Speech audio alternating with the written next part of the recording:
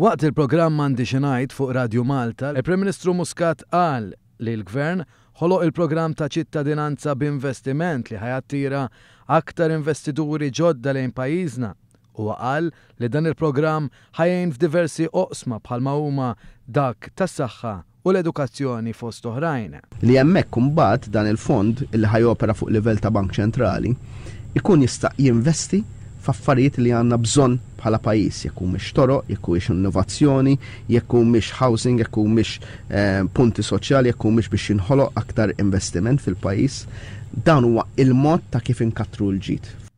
Dwar il-persuni li jaħdmu imma li huma xorta waħda meqjusa bħala foqra, Joseph Muscat qal li l-Gvern tiegħu jinsab impenjat favur dawn in-nies. Huwa sostna li l-kontijiet tad-dawl u l-ilma se jitnaqsulhom b'35%. Fil-waqt li qegħdin ngħidu pereżempju illi l-kontijiet tad-dawl u l-ilma ħajorħsu b'25%, għal dawn in-nies ħajkun qegħdin jorħsu fil-verità b'35%. Dwar l-edukazzjoni, Joseph Muscat semma li l-Gvern qed jindirizza il-problema fejn żgħażagħ ta' 16-il sena qed joħorġu mill-iskola mingħajr il-ħiliet bażiċi. Wara li negozjajna mal-Microsoft ħankunu wieħed mill-ewwel pajjiżi fid-dinja li ħanamlu available għal 40,000 student illi inislu il-pakkett tal-Office 365 tal-Microsoft, jiġifieri il-programmi kollha tal-Microsoft b'xejn.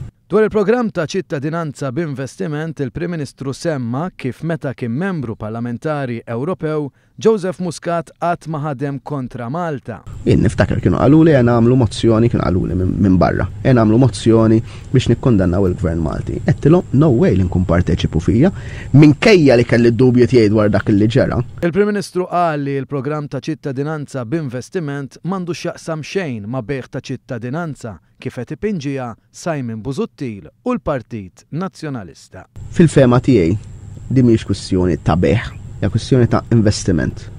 L-unika beħ li kien hemm kien min-naħa ta' Simon Busuttil li fil-fema tiegħi beħ il-pajjiż.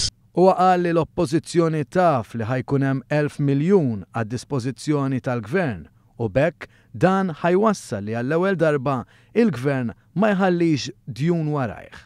Ħajkun hemm 1,000 miljun għad-dispożizzjoni tal-Gvern, 1,000 miljun illi jfisser li il-Gvern ħajkun jista' jagħmel ferm iktar mill-programm elettorali tiegħu, 1,000 miljun illi permezz tagħhom ħankun nistgħu ninvestu għal ġej, lil min jiġi warajna mhux ħaħallulu djun, imma ħanħallulu wkoll għall-ewwel darba f'ħafna ġenerazzjonijiet xi ħaġa illi ikun taġit li jista' jibbankja fuqha, ġifieri meta wieħed iqis il-budget li għadda li faħru kulħadd ħli fl-oppożizzjoni, sar b'55 miljun. Ġifieri dawk il-miżuri kollha li għamilna swewna 55 miljun. B'1,000 miljun nagħmlu 20 budget bħal dan.